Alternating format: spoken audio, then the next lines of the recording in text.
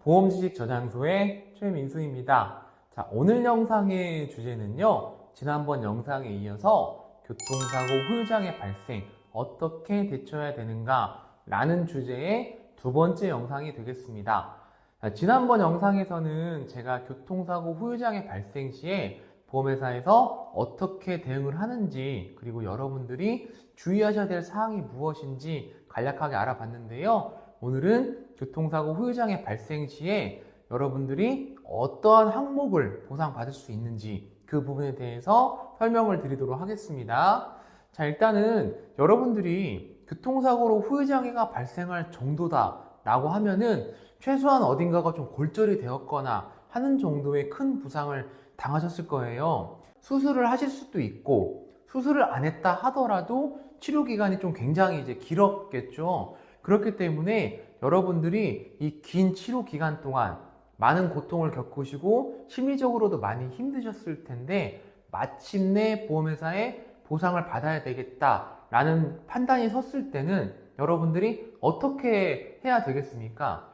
최소한의 보험에 대한 배경 지식은 있어야, 그래야 보험회사 담당자와 좀 더 대화를 쉽게 나눌 수가 있다. 그렇기 때문에 여러분들이 최소한 어떤 항목을 보상받을 수 있는지는 알고 대화를 나누셔야 돼요. 그래서 제가 오늘 이 부분에 대해서 설명을 드릴 겁니다.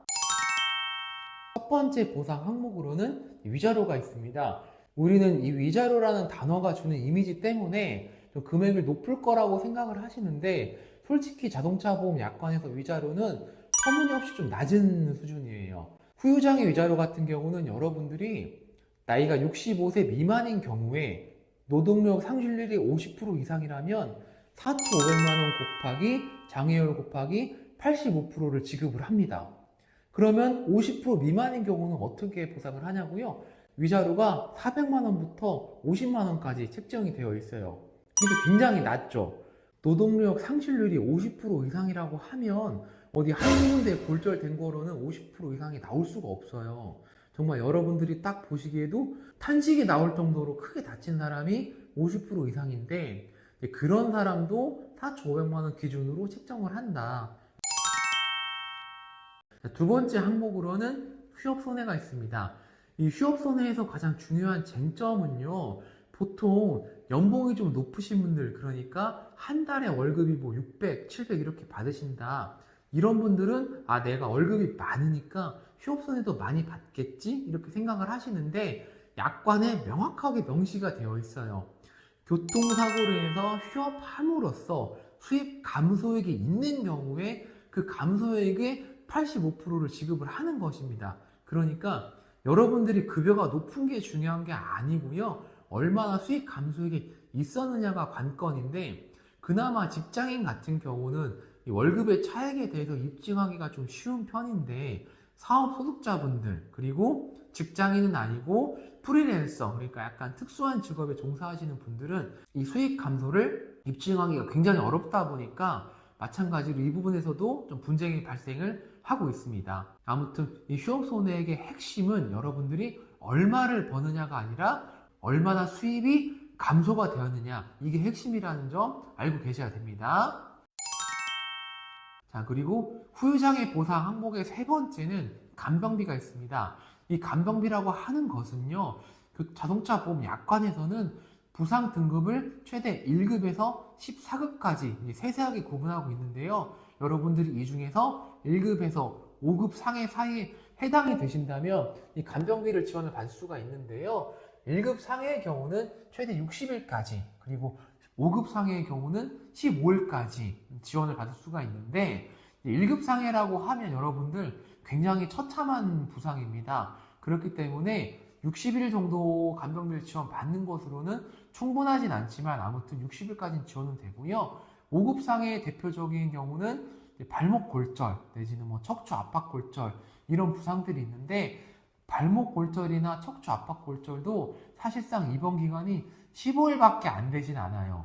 그렇기 때문에 이 간병비는 충분하진 않지만 웬만하면 거의 다툼 없이 지급받을 수 있다, 이렇게 보시면 될 것 같습니다. 자, 그리고 교통사고 후유장애 보상 항목 네 번째 항목으로는 사고치료비가 있어요. 이건 약관에는 기재되어 있지 않지만 실질적으로 여러분들이 교통사고로 뭐 어디가 골절이 돼서 수술을 했다. 그래서 핀을 박았다. 그러면 여러분들이 피부를 절개해서 핀을 박았을 것이기 때문에 이에 대한 뭐 흉터 치료비도 있을 것이고 또 향후 핀 제거비도 향후 치료비로 인정을 받을 수가 있는 부분인데요. 이 향후 치료 비용이라고 하는 것은 여러분들이 방문하시는 병원에 따라서 비용 차이가 조금씩 발생을 하기 때문에 보험회사에서는 자기들 내부 지급 기준을 통해서 피해자에게 지급을 하려고 해요. 이 부분에 대해서 조금 항상 다툼과 분쟁이 이제 있는 편입니다.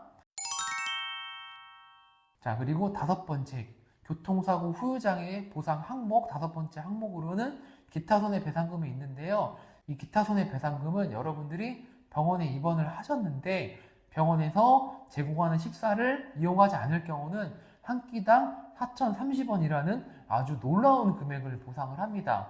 금액 자체가 낮은 것도 좀 놀랍지만 사실상 병원에 입원하신 분들이 병원에서 제공하는 식사를 안 하시는 경우는 저는 없다고 생각하는데요.